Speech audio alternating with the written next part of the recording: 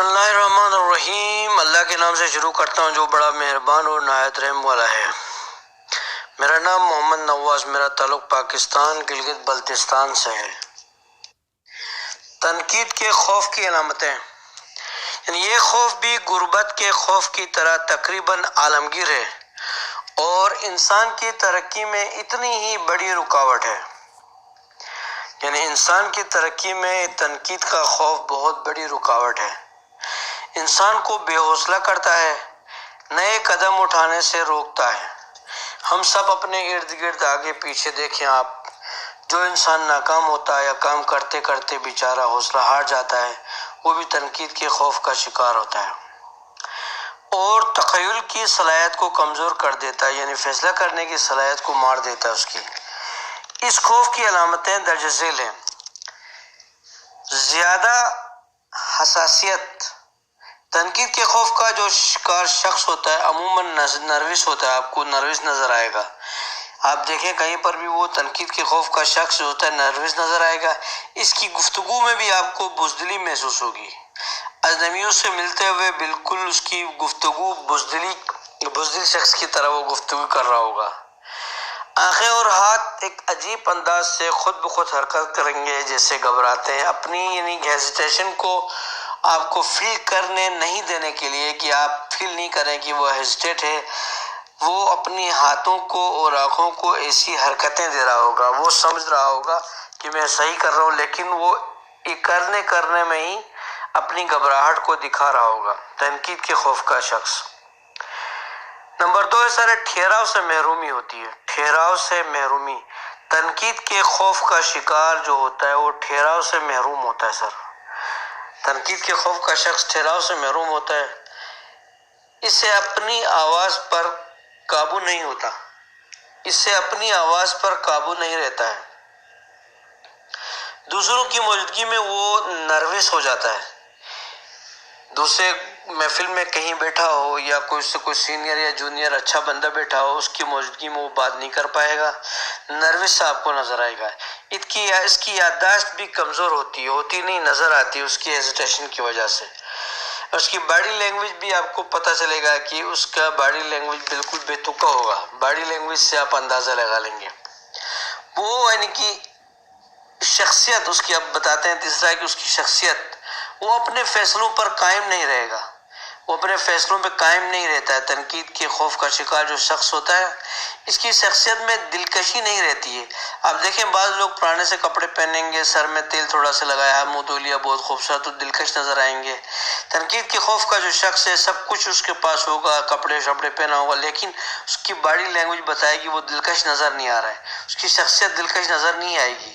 آپ اپنے ارد گرد دیکھیں، اگر آپ احساس کرنے والے ہیں، آپ یہ جانتے ہوں، آپ سمجھتے ہو، انسان کو پڑھ لیتے ہو، تو آپ کو اندازہ ہوگا، نہیں تو آپ نہیں پہچان سکتے۔ وہ اپنی آراء کو صاف ڈھنگ سے سب کے سامنے بیان نہیں کر پائے گا۔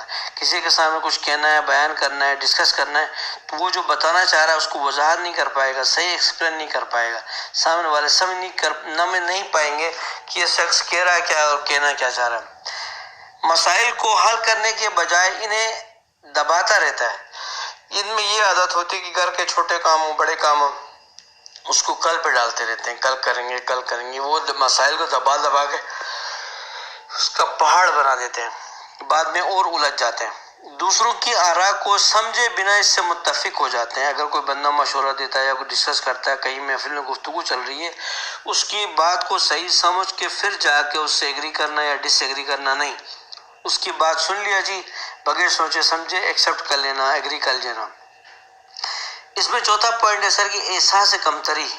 تنقید کے خوف کا شکار بڑے بڑے دعوے کرتا ہے، اپنی ہیزیٹیشن کو نہیں دکھانے کے لیے، چھپانے کے لیے، تاکہ دوسرے متاثر ہوں اور اس کا احساس کمتری دبا رہے، اس میں وہ خوش رہتا ہے۔ بولنے، لباس پہننے میں، طور اتوار میں دوسروں کی نقالی کرتا ہے، یعنی رہنا سہنا، کپڑے پہننا، چینج کرنا، اسٹائل مارنا، اس میں دوسروں کی نقل کرنے میں بڑا ماہر ہوتا ہے، بننے کی کوشش کرتا ہے۔ خیالی کامیابی پر بڑھکے مارتا رہتا ہے، لوگ کہتے ہیں بھرم مار رہا ہے، دکھاوا کر رہا ہے، خیالی کامیابی پہ وہ بڑھکے مارتا ہے۔ اس سے اسے خود وقتی طور پر تو احساس برتری میں وہ کامیاب سا ہو جاتا ہے. وہ سمجھتا ہے کہ میں نے احساس برتری سے احساس برتری جو ہے تنقید کے خوف کا شخص اپنے آپ کو فیل ہونے سے بچا لیتا ہے. وقتی طور پر احساس برتری میں فیل ہوتا ہوا نظر آتا ہے، لیکن وہ سمجھتا ہے میں اس کو بچا رہا ہوں. لیکن سامنے والا سمجھدار ہو تو وہ ناکام ہوتا نظر آتا ہے، احساس برتری میں فیل ہوتا ہے. وہ فضول خرچ ہوتا ہے. یہ 5ویں نمبر میں فضول خرچ. تنقید کے خوف کا شکر جو ہوتا ہے، تنقید کے خوف والا انسان ہمیشہ فضول خرچ ہوتا ہے. وہ اپنے بھرم اور اپنے بڑے پن کو دکھانے کے لیے، قائم رکھنے کے لیے وہ اپنی آمدنی سے زیادہ خرچ کرتا ہے. چادر سے باہر پیل نکالتا ہے. آج کل تو فارمولا چلا گیا کہ چادر چھوٹی ہے تو آپ پیر باہر نہیں نکالیں. آج کل چادر کو آپ چینج کر سکتے ہیں، چادر کو بڑی کر سکتے ہیں، آپ پیر نکالیں لیکن اپنے وسائل کو بڑھائیں. چادر سے باہر پیر نکال کا مطلب یہ کہ نکالیں، آپ اپنے وسائل کو بڑھائیں اور بڑی چادر لے لیں. نئے قدم نہیں اٹھا پاتا. وہ گھبراتا ہے نئے فیصلے لینے سے، نئے ڈیسیشن لینے سے. 6واں پوائنٹ ہے سر، یہ سیلف امپرومنٹ کے موقعوں سے فائدہ نہیں اٹھا پاتا. اپنے طور پہ خود فیصلے کر کے ڈیسیجن لے کے اس سے فائدہ نہیں اٹھا پاتا. اپنی آراء کو سامنے لاتے ہوئے گھبراتا ہے، خوف محسوس کرتا ہے، پریشانی محسوس کرتا ہے کہ انسان بیان کرنا ہو سکتا ہے، اس کے ذہن میں بہت اچھی بات ہو، اچھا مشورہ ہو، لیکن وہ نہیں کہہ پاتا ہے، سامنے بیان نہیں کر پاتا. اپنے آئیڈیاز پر اعتماد نہیں ہوتا اسے. اپنے خیالات اور اس کے ذہن میں جو آئیڈیاز آتے ہیں اس پہ اسے خود اعتماد عبور حاصل نہیں ہوتا. اعلیٰ افسران کی طرف سے پوچھے گئے اگر کوئی سوالوں کے مبہم جواب دے گا، وہ کہیں محفل میں بیٹھا ہو، کہیں انٹرویو میں گیا ہو یا کوئی ایسا اس کو موقع ملا اعلیٰ افسران کے سامنے بیٹھنا ہو تو پوچھے گئے سوالوں کا مبہم جواب دے گا. وہ ہچکچاہٹ، یہ سب خامیاں اس شخص میں ہوتی ہیں کہ جو تنقید کے خوف کا شکار ہوتا ہے. 7واں پوائنٹ بتانے چلا ہوں آپ کو، جوش، آگے بڑھنے کی لگن کا نہ ہونا. اس شخص میں جوش بھی نہیں ہوتا، آگے بڑھنے کی لگن بھی نہیں ہوتی. جسمانی اور ذہنی ترین پرست ہوتا ہے. کوشش نہ کرنا، فیصلے پر نہیں بچنے میں سستی، دوسروں سے آسانی سے متاثر ہو جانا، دوسروں کی پیٹھ پیچھے برائی کرنا، منہ میں ان کی تعریف کرنا، خوشامد کرنا، یعنی سامنے کچھ پیچھے کچھ. یعنی ایک عام لینگویج میں کہتے ہیں کہ دو چہرے والا آدمی ہے، سامنے کچھ پیچھے کچھ، دکھاوا کچھ، حقیقت میں کچھ. 8واں پوائنٹ ہے کہ احتجاج کے بغیر اپنی شکست کو مان لینا. تنقید کے خوف کا جو شخص ہوتا ہے، تنقید میں مبتلا جو شخص ہوتا ہے، دوسرے مخالفت کرے تو اس پر اس پہ غور کرنا چاہیے. فوراً چھوڑ دیتا ہے، فوراً وہ ہار مان لیتا ہے، چھوڑ دیتا ہے، بغیر کسی وجہ کے دوسروں کے بارے میں مشکوک رہتا ہے، بغیر کسی وجہ کے دوسروں کے بارے میں مشکوک رہتا ہے، شک کرتا ہے. بولتے ہوئے ادب و آداب رکھ رکھاؤ کا خیال نہ رکھنا، اپنی غلطیوں کو قبول نہ کرنا، اس میں اپنی غلطی ماننے کی صلاحیت بالکل نہیں ہوتی ہے.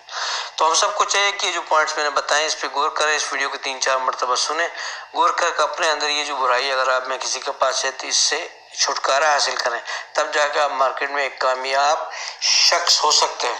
کیونکہ آج کے دور میں اس طرح کی برائیوں سے اگر کوئی نہیں بچتا ہے، اس طرح کی برائیوں میں اگر کوئی مبتلا رہتا ہے تو اس کا آج کے دور میں رہنا جینا بہت مشکل ہو جاتا ہے. میں امید رکھتا ہوں کہ میرے ویڈیو کو لائک اور سبسکرائب کریں گے، اپنے دوستوں تک فارورڈ کریں گے. بہت شکریہ.